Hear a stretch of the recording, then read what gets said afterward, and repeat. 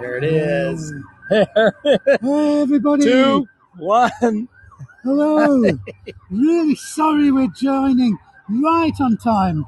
We had a few technical issues trying to connect two men to one microphone and trying to connect to the internet as well. So massive welcome to everybody from London. Bonjour. And here, of course, is my friend and colleague, Mr. Patrick Toomey from Canada, from Banff, and recently from many other places as well. Cindy's in Northern Idaho. Hi there. Coeur d'Alene. Bam! Great to see everybody. Hello, Pamela. Hello, Marlene. Thank you. Hi, Deborah, and hi, Kathy. So we're going to get started in just a moment. Tariq, you're not far from where we are. Well, it's great to have you here. Mary, I tell you, I didn't bring my hat because a day in London has too many opportunities to leave it somewhere. Tube train, cafe, restaurant, and yeah. Finn almost left his bag in the restaurant, so. Exactly. So there we go. Beverages. Hey, Marlene, no one will ever know. We're all over the place today. We are not in Birmingham. If you are joining this tour thinking you're going to be in Birmingham, Birmingham is expanding. We're taking over the world. We are in London. Mark, I drove down to the very end of the underground network.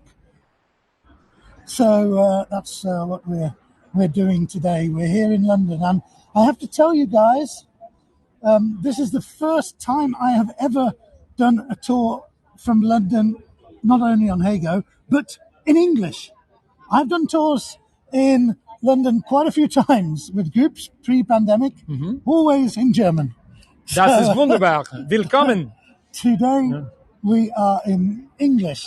And if you are not familiar with our tours on Hago, feel free to ask us any questions you might have as we go along in the comments, and we'll do our best to keep up with them. And it's going to be quite a busy tour today, I think. And we're going to be splitting the information between us. We're going to be chatting a little bit about London.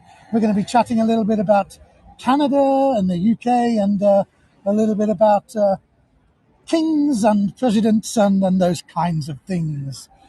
Patrick, how many languages do you speak? Oh, I barely speak English. No, 3 fluently, but I'll get by in about 8. So, yeah. Okay, so what we decided, there's only one place that's appropriate to start this tour, and that is right here. This is Canada House, which is the Canadian High Commission. Now, of course, because Canada is a member of the Commonwealth of Nations and the Queen is the head of state of Canada, that means that we don't have an embassy here. So Commonwealth countries, they have a High Commission.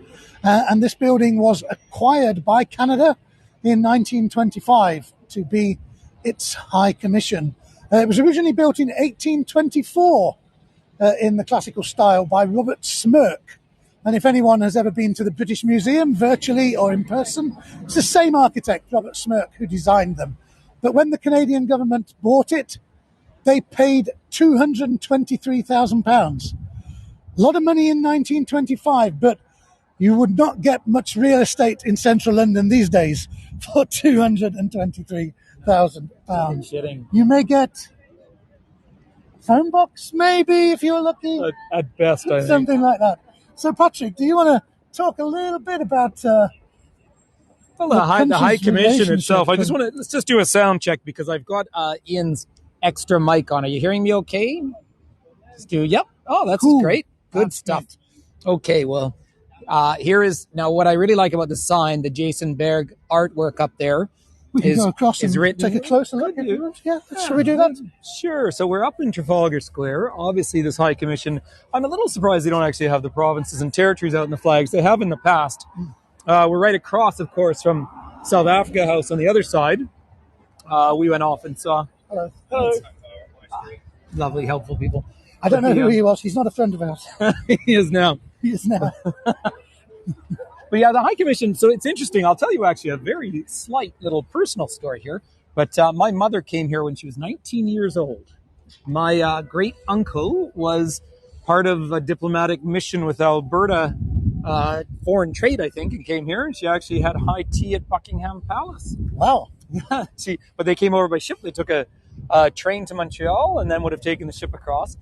But it's quite fun. There was talk of actually getting rid of this building at one point simply because of cost. And I know that Mandela at one point talked about getting rid of South Africa House as well. Come on, we'll be rebels. Yeah. Look at us crossing the street like grown-ups. That's a question about this.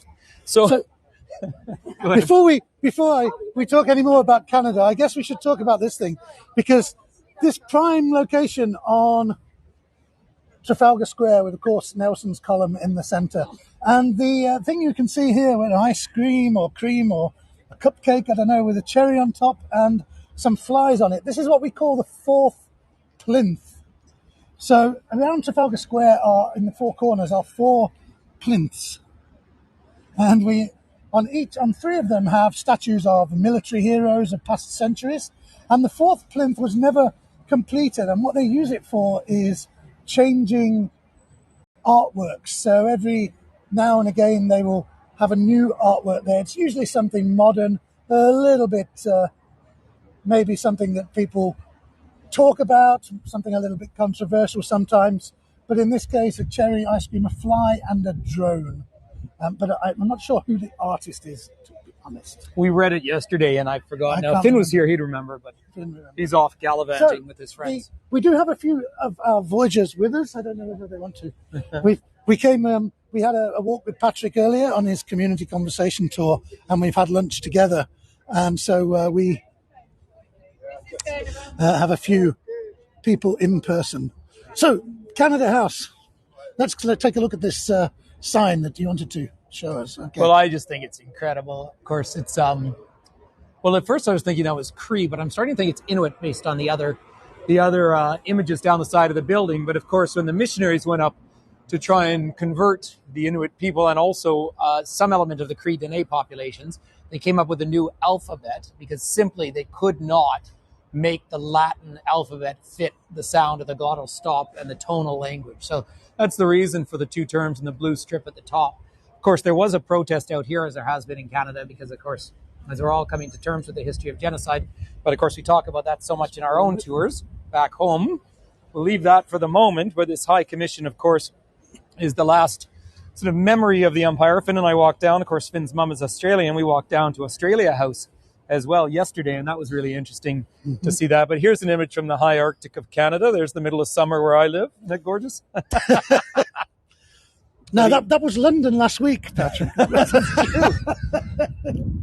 But this Circumpolar Council is very interesting because it's actually uniting peoples all around the pole. And it's just a significant cultural element. Although it is interesting, and I know Pam's here from Banff. You know, we're actually slightly north of Banff right now, believe it or not, even though it's warm. But we're about a quarter of a degree north of where Banff is, but sea level. So. Yeah, London is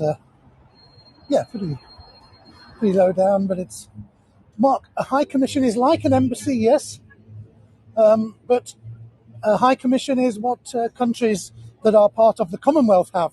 So where the Queen is the head of state. You do not have a embassy because it's not... an embassy is the representation of another country's head of state. Apparently, this country is sharing our Queen with us. Yeah, it's very generous of us, don't you think? Well, it's generous of us, I think. Marlene will be proud of that. So it fulfills pretty much the same functions as an embassy to all intents and purposes in terms of providing services for Canadian people living or visiting this country. And by contrast, the UK doesn't have... Ooh, we've lost a mic here. Oh, that's me. Yes. Oh, sorry. I've become unconnected from reality.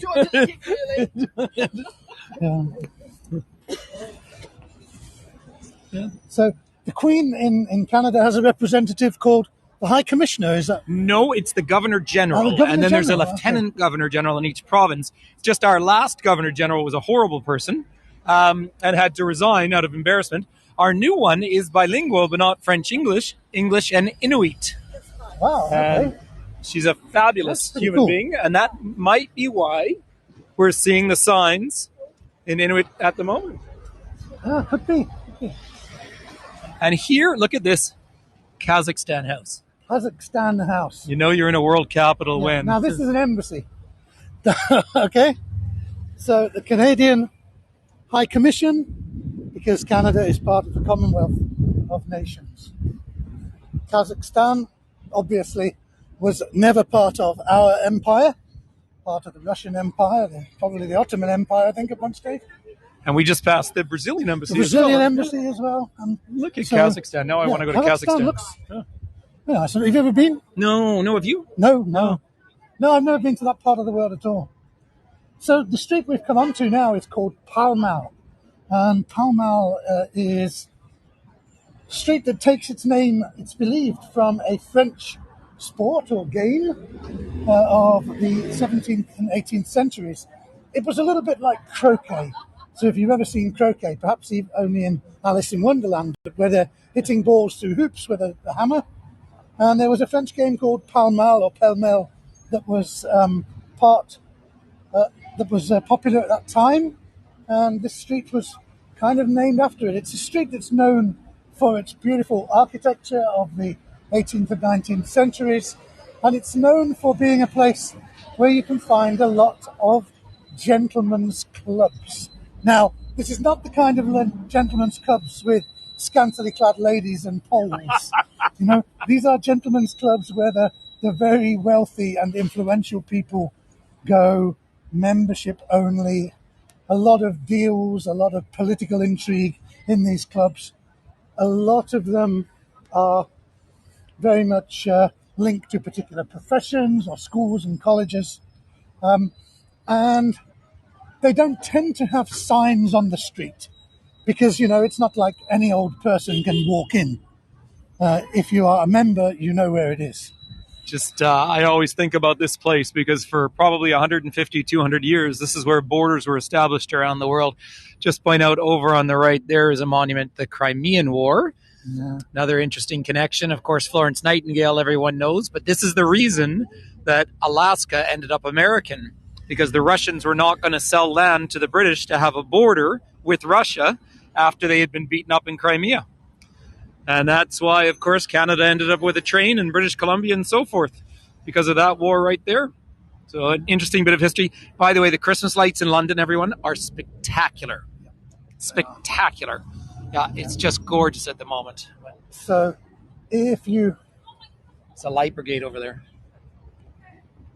If you get a chance to go on any of the Christmas tours that any of my London colleagues are going to be doing over the next couple of weeks, Natalie and David, Charlie and Paul, then please do definitely check them out. So we've got a column ahead of us. The most famous statue on a column in London, of course, we saw it briefly, was Nelson's column. This one is the Duke of York. And if you know the nursery rhyme and song, The Grand Old Duke of York, this is him. Here he's standing on top of his column. He was the son of George II, 18th century monarch of England. And because of his position, Duke of York, title traditionally given to the second oldest son of the monarch, he went into the military. And he, as Deborah, you rightly say, he had 10,000 men. I think he probably had more than that, actually, because he was a senior military commander, but more because of who he was rather than his own abilities. Surely not in the monarchy and the aristocracy. Someone getting a position because of their name rather than the Grand Old Duke of York. He had 10,000 men. He marched them up to the top of the hill and he marched them down again. There we go. This is like a little walk of great man history. That is a song that reflects the fact that, he marched them up to the top of the hill, he marched them down again. He was kind of not really an effective or popular military leader.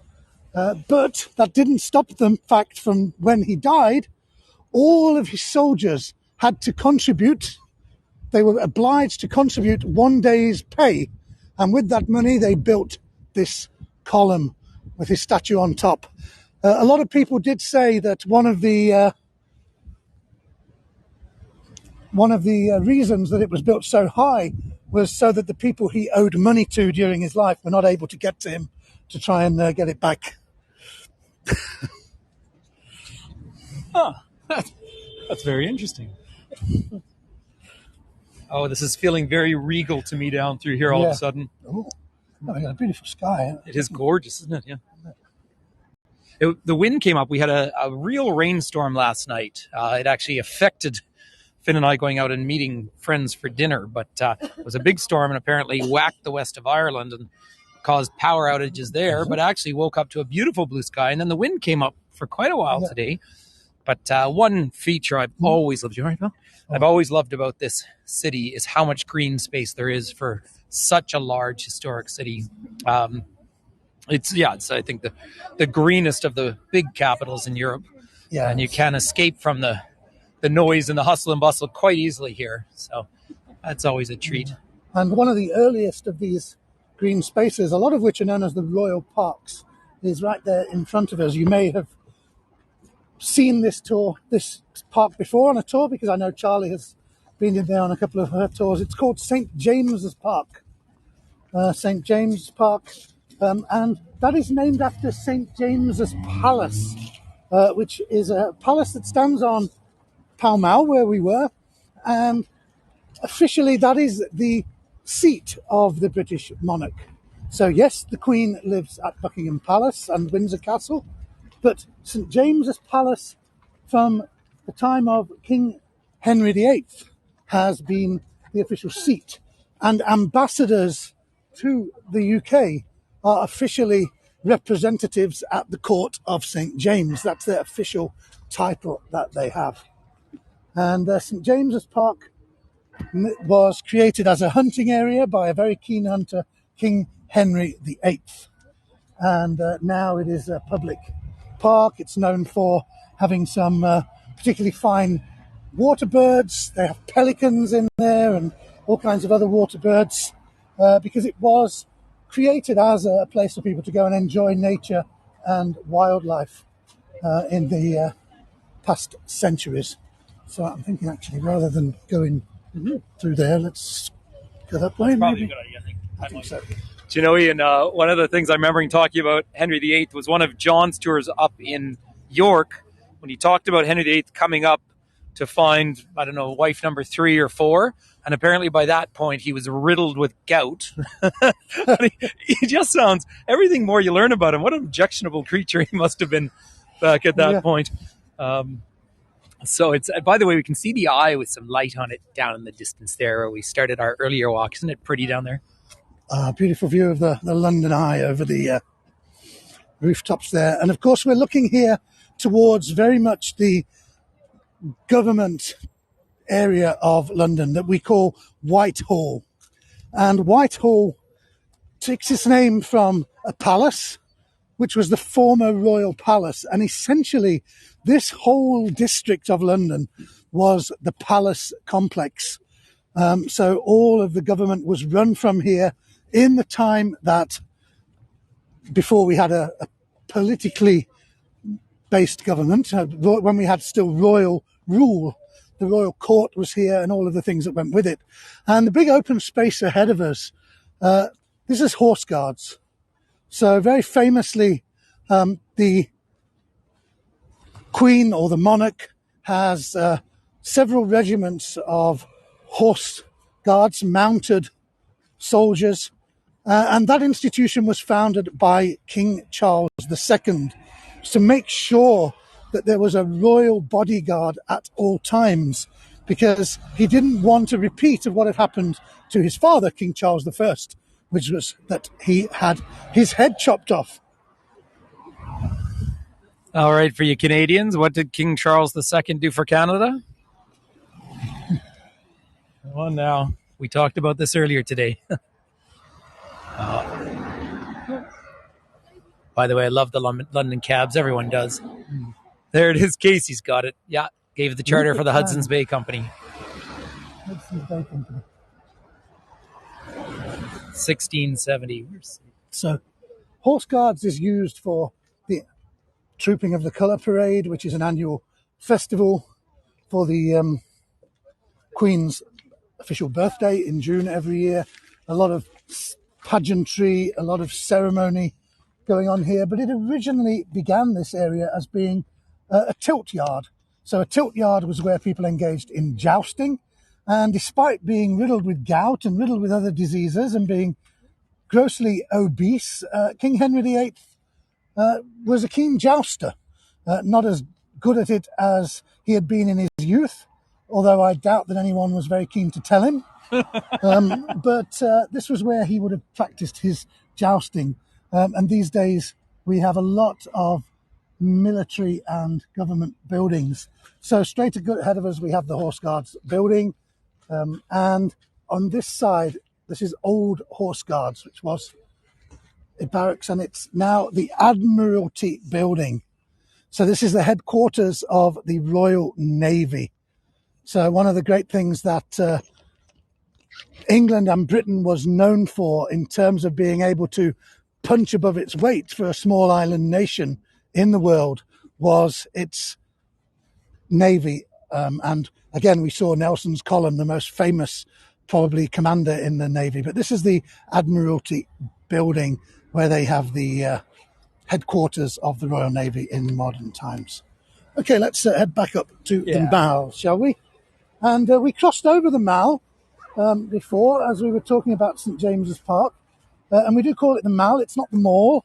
So you might have a shopping mall. And generally speaking, the word would probably be pronounced mall here in England as well. But it's this long street that runs from Trafalgar Square all the way down to Buckingham Palace. It's called the Mall.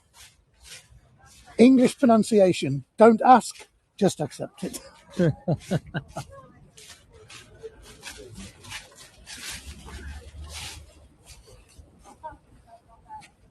So talking about Charles I and II, Patrick, that's when we had a short brush with being a de facto republic.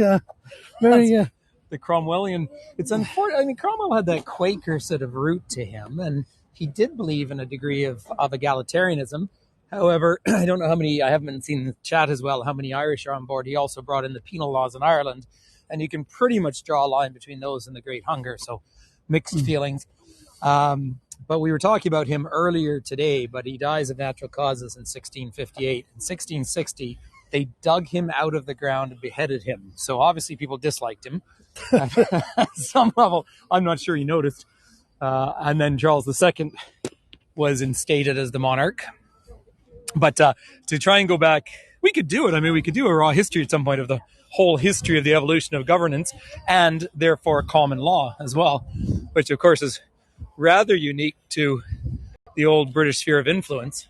And even in this country, I mean, Scotland has its own civil code, so a different. You're getting some yes pleasers to that one, and that would be great. Okay. Well, Emma, hi to Emma in Bergen. Hey, Emma. I know you had your 100th tour today, Emma. I think. Congratulations on. Sorry, Miss Emma. You should have been here with us partying with hay-goers. So that's great. Emma's here.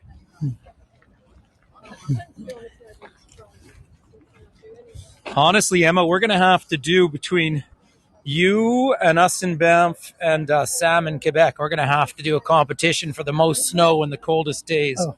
So I think we'll win the coldest, but you might beat us. Yeah. We could have various competitions. If it's a competition for beards, I think Sam might beat Emma.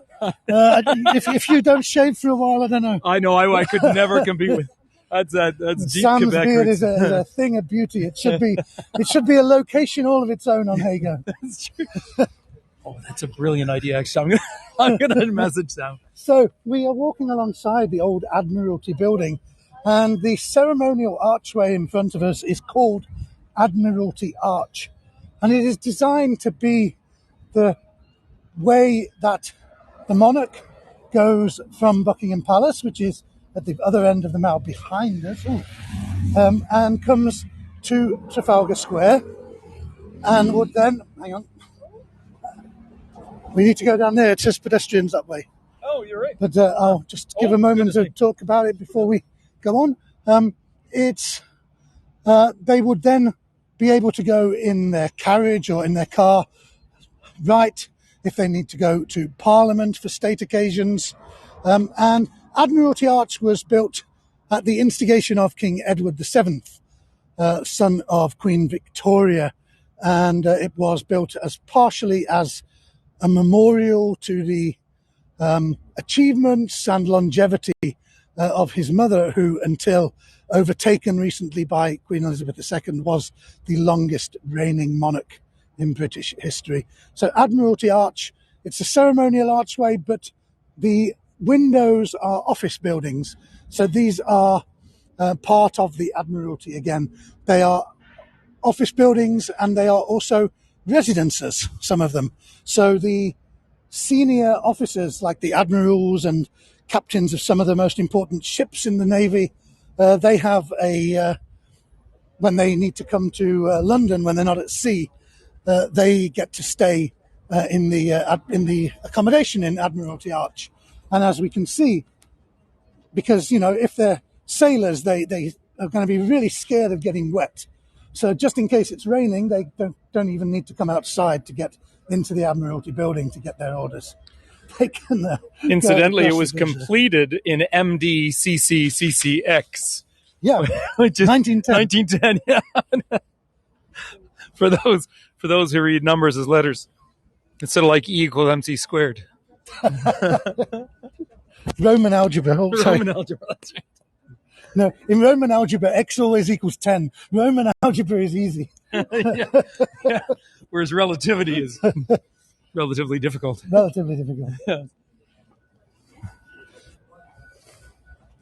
So we're going to get another view of Trafalgar Square in a moment, because we've gone for a little stroll here. And I'm going to tell you a bit about Nelson, because there's a great story about Admiral Nelson, one of the great heroes of English history, of course.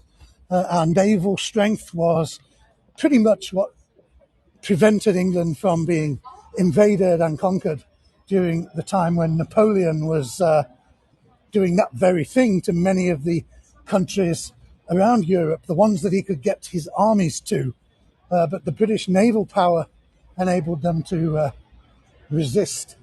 And Nelson was killed during the Battle of Trafalgar, 1805, on the deck of his flagship, HMS Victory. And Nelson's column is 52 meters high, which is the same height as the main mast of his flagship. Now, when he died, usually, if a sailor dies, they have a burial at sea. They wrap them in a shroud, they throw them overboard. But you can't do that with Admiral Horatio Nelson, So they decided to get one of the barrels of spirit that they had in the hold and put his body in there to preserve it so they could bring it back to England for a state funeral. It's actually buried in St. Paul's Cathedral. But of course, when you do that, what happens to this spirit, this brandy that you've pickled the body of Nelson in? You can't just throw it down the drain.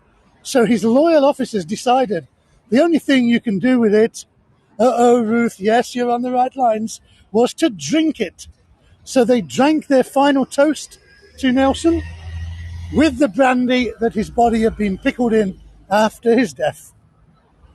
So when my time comes, guys, you know what to do. I'll go for the pickling. Now, we have Nelson in the centre of Trafalgar Square, of course. Some fantastic modern London buses there. The modern Route Master buses. I feel like Charlie now, you see, talking about buses. But closer to, we have a statue of a man we've mentioned a couple of times already, Charles I, who had his head chopped off just down the way at Banqueting House. And that point is classed as the centre of London, in the sense that if you're driving around England and it says London 78 miles, what it means is 78 miles from that point to the statue of King Charles here, next to Trafalgar Square. Okay, so shall we take a look down Whitehall? It's always lovely to look down there. The sky is gorgeous, but boy, it's getting dark early right now. It's getting dark early and the sky's I beautiful. wonder how you're doing up in Bergen, Emma. It must be dark as can be already. Oh, thanks, Claire. Yeah, I know. Remember fantastic ones. And we can see in the distance there the tower, the Queen Elizabeth Tower, known colloquially, of course, as Big Ben, which has been under renovation for several years. Scaffolding is starting to gradually be removed. So you can just about see, as long as the hands of the clock are somewhere between 3 and 9 upwards, you're okay. You can still tell the time above the scaffolding. But that's all going to be taken away in due course. It's starting to get dark. It's dark in Scandinavia already. Marlene, yes, Big Ben is the actual bell that was the biggest bell in the tower there. A couple of possible reasons why it's called Big Ben. One of them was because of a parliamentarian at that time who was a campaigner for various issues, but he was known for his loud prognostications and speeches in the House of Parliament. And so they said that a big bell that clanged, made a lot of noise, should be named after this man whose name was Ben, Big Ben. The other possibility is after a boxer, heavyweight champion of all England at the time the bell was made, or former heavyweight champion. At the time the bell was made, he was the landlord of a pub very close to where we're standing now. And his name was Ben Cornt.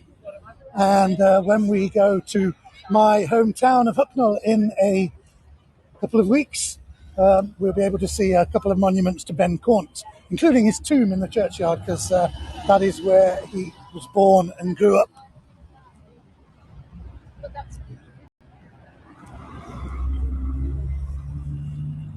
The lights are just coming out now as we're making our way up to the Strand, but you'll see South Africa House up on the corner as well. And I remember I was saying earlier today from my early trips to London, there used to be a permanent protest out front of this. Oops, there we are, Ian. We'll back up. Apparently they drive from the other way here. Yeah, I know. Look left. Look left. Anybody would think I'd never been to England before. But I always look to the far side and then read it in opposite. Just do what the other people do. Yeah.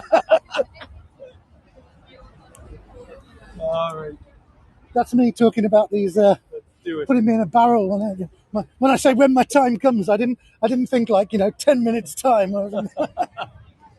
Yeah, I know what you mean, Patrick. I remember it was always on the news in the height of the anti-apartheid protests. Yeah. It was always. That was a little Canadiana, but the Prime Minister during that period in Canada was Brian Mulroney. However one feels about him, he was very close friends with Nelson Mandela. And then Mandela became an honorary citizen of Canada. And only one MP voted against him, Rob Anders, who's going on trial for tax evasion. And his trial has just been delayed till June 6th.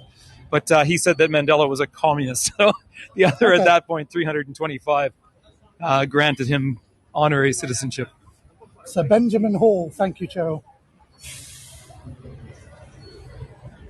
Beth, you were in the square during I presume that means the Brexit protests. October 2018. Good for you. We saw some people, down by the Houses of Parliament earlier. We walked past, and as always, there were protesters there. One guy he had a fantastic beret on, did he not, Patrick? With the blue with the stars of the European flag on a beret. It was absolutely fantastic beret. I don't know if he actually was French, as we associate berets with the French. Sorry, Natalie. But so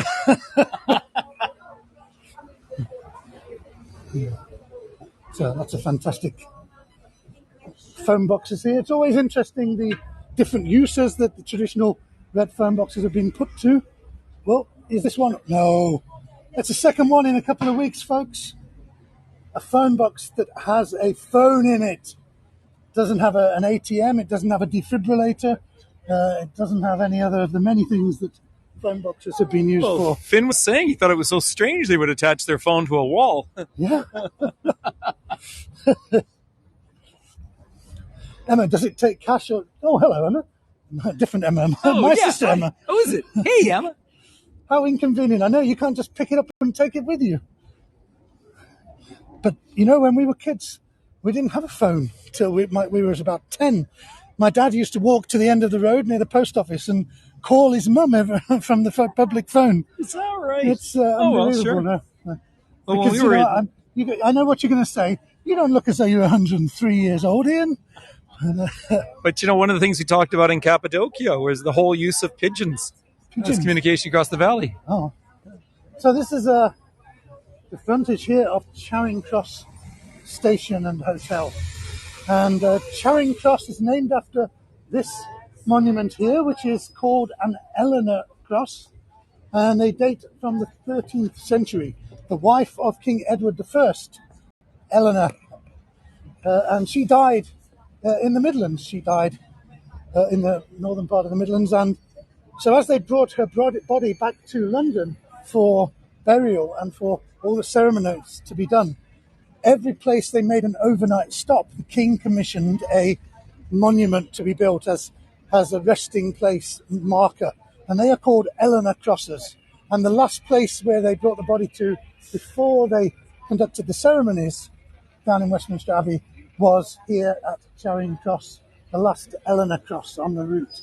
We got a very Ian, do we still see other Eleanor crosses?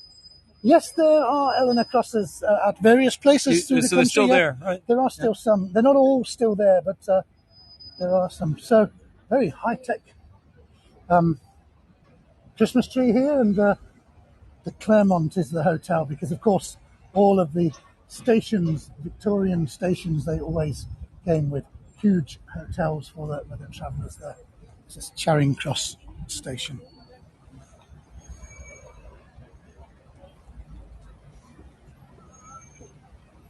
Which we have to, because we're connected by wire here, me and Patrick, with the microphones. When we come to something like a tree or a bin, we have to make sure we both go the same side of it. Otherwise, unfortunately, the streets are virtually empty here, so it's no problem walking around. People, it's so quiet. It's fantastic. Now, this is the first time I've been to London for over 2 years. So pre-pandemic, right, eh? Yeah. It's packed. It's not too packed here. It's compared to normal, but it is a working day. So we're now on the Strand, and that's an interesting name. It's one of the sort of biggest, probably best known and busiest streets in central London, and we're in the West End. So there's a lot of theatres here. The Strand. So if you're familiar with the German language, you'll know the word Strand, and in most sort of Germanic languages, it means a beach. Mm-hmm. And the Strand tells us that before the 19th century, when the River Thames was brought under control by the construction of embankments on both sides, the Thames was much wider and it came nearly to here. So this street, which has had this name for centuries, was called Strand because it was very close to the edge of the river, the bank of the river. Okay, we're going to cross over the Strand, and we've got another. Well, this used to be a High Commission. Now it's an embassy. It is the Zimbabwe House. So when I travelled to Zimbabwe when I was a student, one of the most fantastic places I've ever been, I came here to sort out a few things, and it was a High Commission. But of course, Zimbabwe, because of the human rights abuses in the country under Mugabe, was thrown out of the Commonwealth. And since then, it has been an embassy. And actually, there are no protesters here. We talked about protesters outside South Africa House, but it's very common for there to be protesters against the remainder of those regimes in Zimbabwe as well. Sayuri, yes, we did see the Brazilian flag on the Brazilian embassy,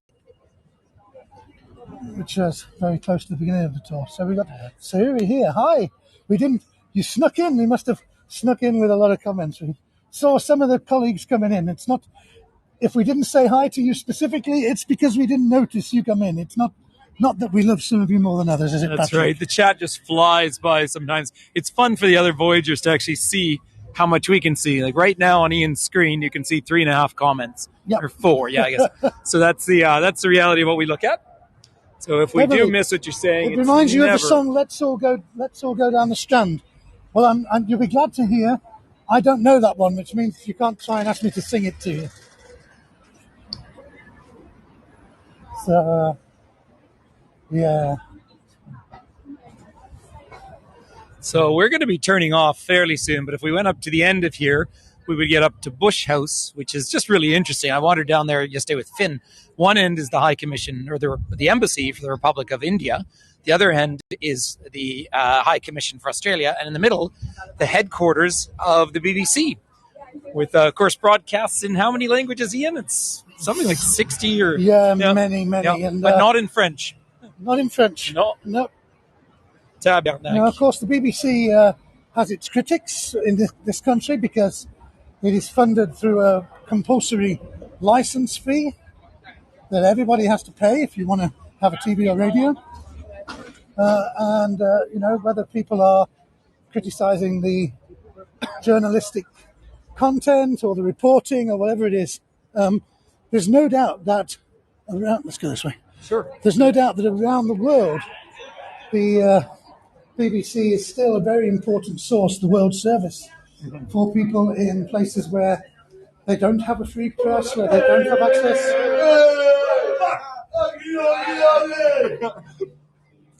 Well, some good friends of ours saying hi. They're really happy we're here. So a very lovely old pub here called the Nell Gwyn, named after one of the, I have to say, many mistresses of King Charles II. And the Nell Gwyn is one of my favourite little pubs in London. It's a place I often pop in for a little drink as a reward when I've been here doing a tour or planning a tour. British at Play, that's right, Helen. So we had. It is quite interesting, isn't it, down there with the Australian, the Indian, and then the BBC, and then of course the Bells of St. Clement's right there. So, yep. And that's the Cockney indicator, but it's lovely architecture. These little walkways are wonderful. The only thing is just unfortunately. Oh, look what Guys, this is the site of a Victorian murder. C'est pas vrai. Do you think you can approach those sites without me? Hi, Natalie. Hello. I'm sorry. Could someone call the police? I don't know. Oh, no way. Is the murderer still around? That's what I think he's in a pink shirt. It's Natalie, yeah. The Adelphi Theatre is a very haunted building. So, yes. We've had a murder happening here in 1897. I can show you where. That was the murder of a very famous Victorian actor. He would have been stood just here. Where's Paul? Which way we need to go that way, actually? Look at that.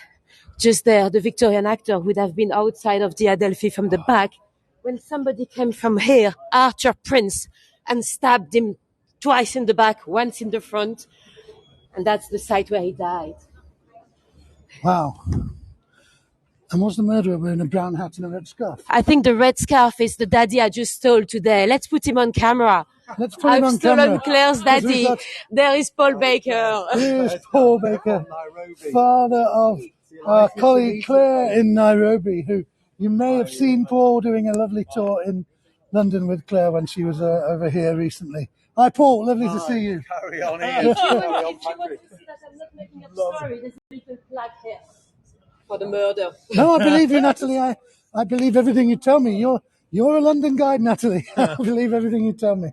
So we're going to go along here to, well, we've seen the official Canadian High Commission or Embassy, but I would say for a lot of people visiting, if you want to come here as a Canadian, where are you going to go if you want to see a hockey game on TV? Yeah, if you want terrible food and beer we don't drink, you can still come here to the Maple Leaf Pub. And I have spent Canada here before, and it seems like there's always dodgy young Canadians loitering outside most of the time. At least he's masked up, at least. So, guys, we have brought you from the Canadian High Commission to the Maple Leaf pub here, close to Covent Garden in the heart of London's West End. And we've got you two guys here. And what I wanted this tour to be was Canadian at each end, with a bit of English in the middle, and a bit of French as well. So I hope you have all had a great time. It's great to collaborate with these guys, all of you guys, and it's great to have had some of our lovely voyagers, Donna and Leonie and Jane and Jeff and Paul and everybody who's joined us today. So it's fantastic to be here, taking advantage of this time. And next time Patrick and Finn are in the UK, we will get you up to my part of the country. We need more. Honestly, we need more time, and we're so sorry we haven't made it to Scotland or Ireland. I'm very apologetic for that. So, hey, Sadyam, nice to see. There's all the gang. So thanks so much to all of you. You thought the lady in red was stalking us? No, well, you know. No, we always pay a few beautiful women to walk along with us. It helps promote the brand, you see. That's why we brought you, Lee, to Brussels with us, you see.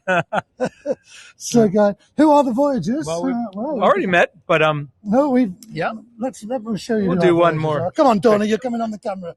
Oh, so this is Donna. the lovely Donna, who is a regular on my tours, and this is Jane in the red coat, who you thought was stalking us, and this is Leonie, who many of you may know the name. Paul, you know, and Jeff as well. Where is Jeff?